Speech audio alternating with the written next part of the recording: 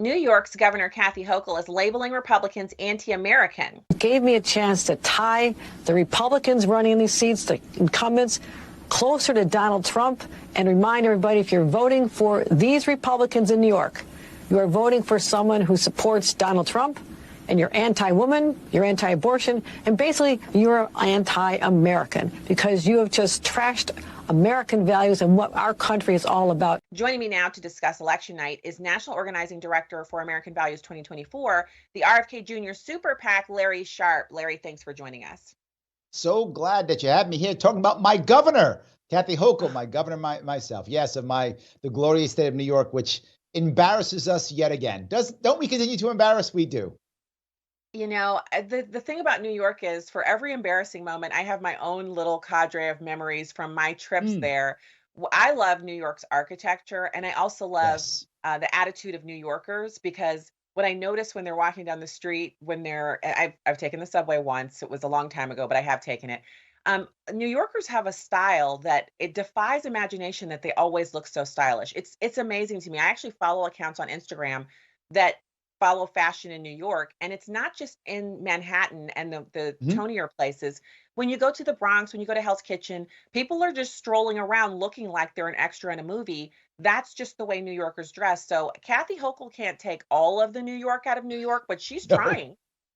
Well, what I would say is visiting my city is an amazing thing. Not sure you want to live here, but you should visit. You're absolutely correct. Visiting is absolutely amazing. I agree completely. But look, this is a good example of what's been happening across our country. And that is in places like New York State and other very deep blue states, there's no consequence for being the way she is.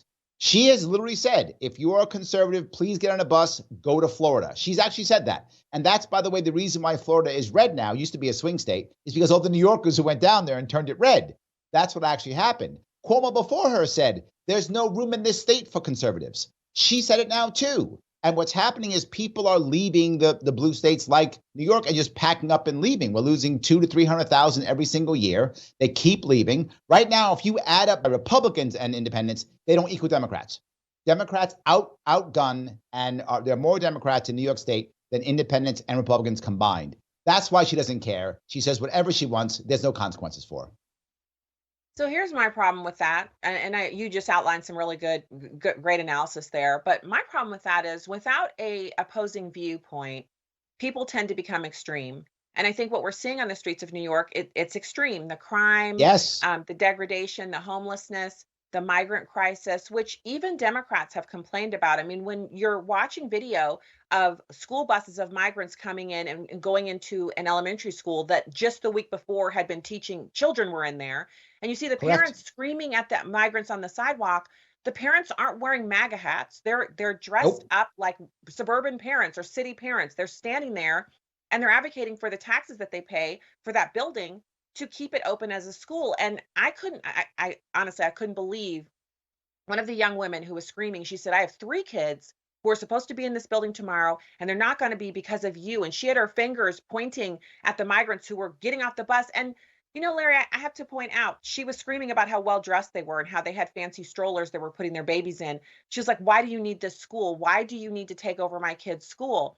And we all know about the learning loss that happened during COVID, the pandemic, for children who were learning at home. So this mom's concerns are real. And she wasn't the only one out there protesting. But as long as New Yorkers vote for Democrats, the extreme policies will continue. And the worst part is now it comes to a point where it's basically New York is North Korea light. And I'm not joking when I say that. What I mean is it's one party rule.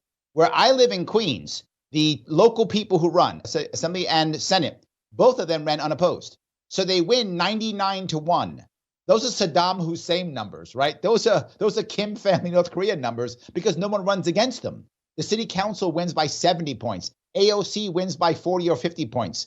And the governor keeps winning. So I literally have no say in my government. If I'm not a member of the Democratic Party, and I'm not, I don't get to vote in primaries. So I have no say in my government at all. I have to hope that I have a benevolent queen, if I'm lucky. That's my only hope. And I bring this up because in this election tomorrow, this is the reason why 7 states matter and 43 don't.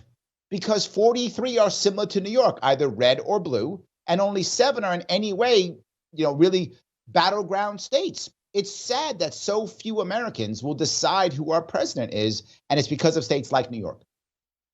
So, Larry, I have to say that I think one of the other reasons that this is so bad is because if you look at New Yorkers and the government, I just have to go back to Kathy Hochul. You named off Please. AOC, Alexandria Ocasio-Cortez. These are two people. Let's just take those two who regularly defy criticism. So if you criticize Yes. Kathy Hochul from a position of prominence where she has to answer you, she won't address the criticism. She'll criticize you or name call you. If she hears Larry Sharpe is saying that she needs to moderate her position, she'll attack you as Larry Sharpe as Yes. opposed to saying, the reason why we have this policy is this. She didn't even feel accountable to New Yorkers during the pandemic when it wasn't Not a at all. left right paradigm. It was just Americans in her state who were concerned about the way that the place was being run. Same with AOC. She routinely at town hall meetings, when she has them in her district, will be criticized about her stances. She never addresses the criticism. She name calls the person who's criticizing her. That's a Well, direct result of single party rule. I want to be more specific on the name calling. The name calling is always dismissive. It's not just you're a bad person or your idea is wrong or you're stupid. No. You're dismissed. That's why Kathy Hochul called you're anti-American. You're anti-woman. She doesn't say your policy is wrong. She doesn't say the thing you're saying is that will be an insult. Oh, you're stupid. No. You're anti-American, which means now you're dismissed. I can't talk to you, Stacy. You're anti-American. I can't talk to you, Stacy. You're anti-woman. So now anything you say is now null and void. Your ideas are by default silly. I don't want to even listen to it. I can't even hear you because you're one of them. This is called the one-word story. And the Democrats are really good at using that. You're an ist or a phobe all the time, right? You're an ist or a phobe, and then that means I can't talk to you anymore. This is a way of being dismissive. And it's a reason why so many people are fighting back, because you feel so dismissed. You feel so disrespected. You feel so just looked down upon, right? Remember the deplorables, garbage? This is all the same idea of just being dismissive, disrespected, looked down upon. And a lot of Americans are getting tired of it. Yeah, and I think the point that you're at, this one word story, this is a conversation post election. This is something, Larry, that we have to unpack, and we have to get to a place where, just like you and I don't agree on all issues, but we routinely have things we agree about. And those are Yes. areas where we can solve for policy, right? And then on the areas where we don't agree, that's where we can have discussion and dialogue to get to a Yes. place in the middle where we're both giving. And this has to happen at the elected level, not just on television and media where you and I we kind of dominate in those areas. We have to get this kind of dialogue into the elected spaces. That means Kathy Hochul has to have a foil to discuss ideas with Yep. and to make change. Larry Sharpe, National Organizing Director for American Values 2024. You're amazing to join me. Thank you, sir. Thank you.